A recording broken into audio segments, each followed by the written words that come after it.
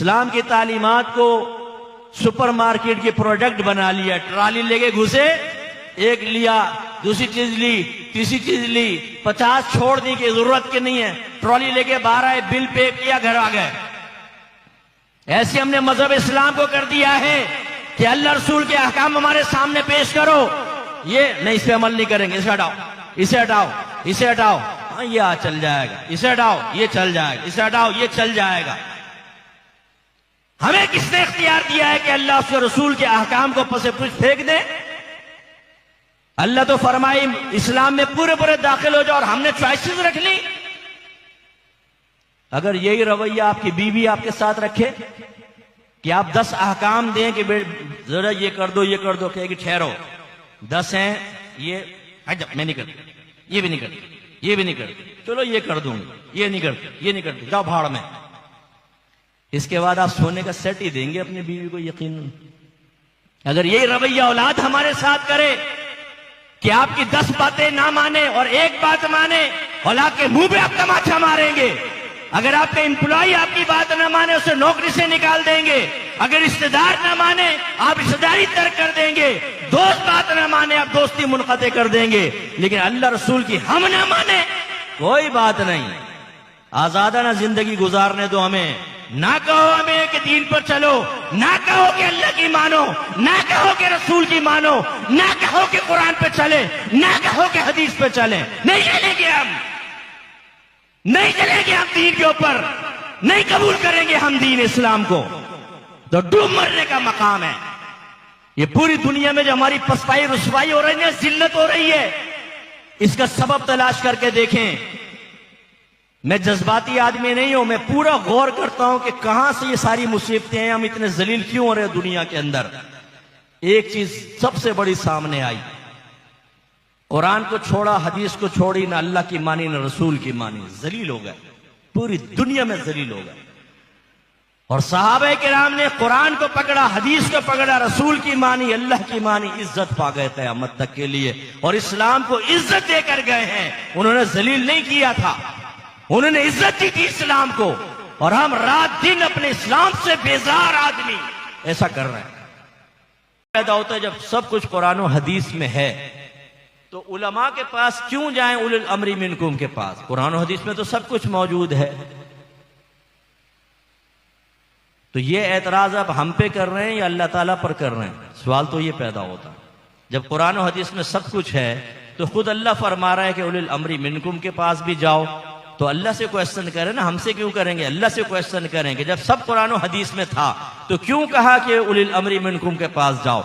जब सब कुछ कुरान और हदीस में है, तो क्यों फरमाया फसलू अहल ज़िक्र इन कुंतुम ला तालमून? ये क्यों नहीं फरमाया तुम्हें नहीं आता तो कुरान और हदीस खोल लो? इसका मतलब है खुद मिजाज शरा ये है कि हर शख्स कुरान और हदीस से मसाइल निकालने का मुकल्लफ नहीं हो सकता, वो इस्तिताअत नहीं रख सकता। उलमा एक ब्रिज की हैसियत रखते हैं। अगर आप कुरान और हदीस तक जाना चाहते हैं, तो पहले आपको उन तक जाना होगा। और इसको अल्लाह ताला ने बिल्कुल शुरू में बयान फरमाया। अल्लाह ताला फरमाता इहदिना सिरातल मुस्तकीम सिरातल लज़ीना अनअमत अलैहिम। हमें फरमाया दुआ करो, ए अल्लाह हमें सीधा रास्ता चला, उन लोगों का रास्ता जिन पर तूने इनाम फरमाया। हकीकतन सिराते मुस्तकीम सीधा रास्ता कौन सा है? कुरान और हदीस का रास्ता सीधा रास्ता है। लेकिन अल्लाह ने तो यहां नहीं फरमाया कुरान या हदीस, अल्लाह ने तो फरमाया ए अल्लाह उन लोगों के रास्ते पे चला जिन पर तूने इनाम फरमाया। इसका मतलब है कि अल्लाह ताला के इनाम याफ्ता बंदों के पास जाओ, यही कुरान और हदीस का रास्ता है। जो इस रास्ते को छोड़कर बराह रास्त कुरान और हदीस की तरफ जाएगा, वो अपने आप को तबाह कर लेगा। और क्यों तबाह कर लेगा? इसलिए कि उसमें इस्तिताअत नहीं है कुरान और हदीस से मसाइल निकालने। वो कैसे समझेगा? हालांकि तफसीर मौजूद, हदीस की शुरुआत मौजूद, लेकिन मैं एक आपको मसला कहता हूं।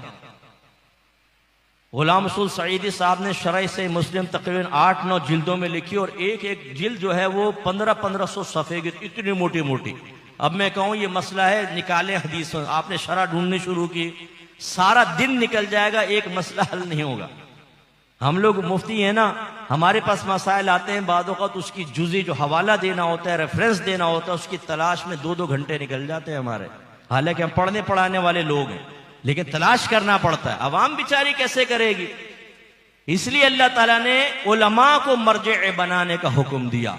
और मेरे नौजवानों, और जो मुझे अगर लाइव सुन रहे हो, याद रखें मेरे भाई बहनों, आपका सबसे पहले ताल्लुक आपके अकाबरीन से तोड़ा जाएगा, ताकि आपका अकाबिर से राब्ता टूट जाए। आप डायरेक्ट कुरान और हदीस की तरफ जाए, समझ में कुछ नहीं आएगा, फिर ना कुरान के रहे ना हदीस के रहे और तबाह हो जाए। सबसे पहले यह किया जाएगा, आपको आपके बड़ों से बदजन किया जाएगा।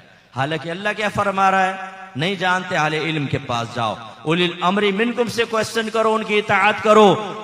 अल्लाह के नाम याफ्ता बंदों का रास्ता सीधा रास्ता अल्लाह ताला तो बंदों की तरफ भेजे, और ये कहें कि नहीं तमाम लोगों ने खयानतें की है 1500 साल के अंदर, किसी के पास मत जाओ, तो फिर तुम्हारे पास आए? सवाल पैदा, तुम्हारे पास क्यों आए? सबने खयानत की, इसका मतलब तुम खाइन नहीं हो ना, तुम्हारे पास क्यों आए ये बताओ। तुम्हारे अंदर कौन से सुरखात के पर लगे हुए हैं कि तुम्हारे पास आओ? चलो ये साबित करके बताओ। यानी इशारा यही है कि सबको छोड़ दो। जब आप सबको छोड़ देंगे, फिर आप कुरान और हदीस से दूर हो जाएंगे।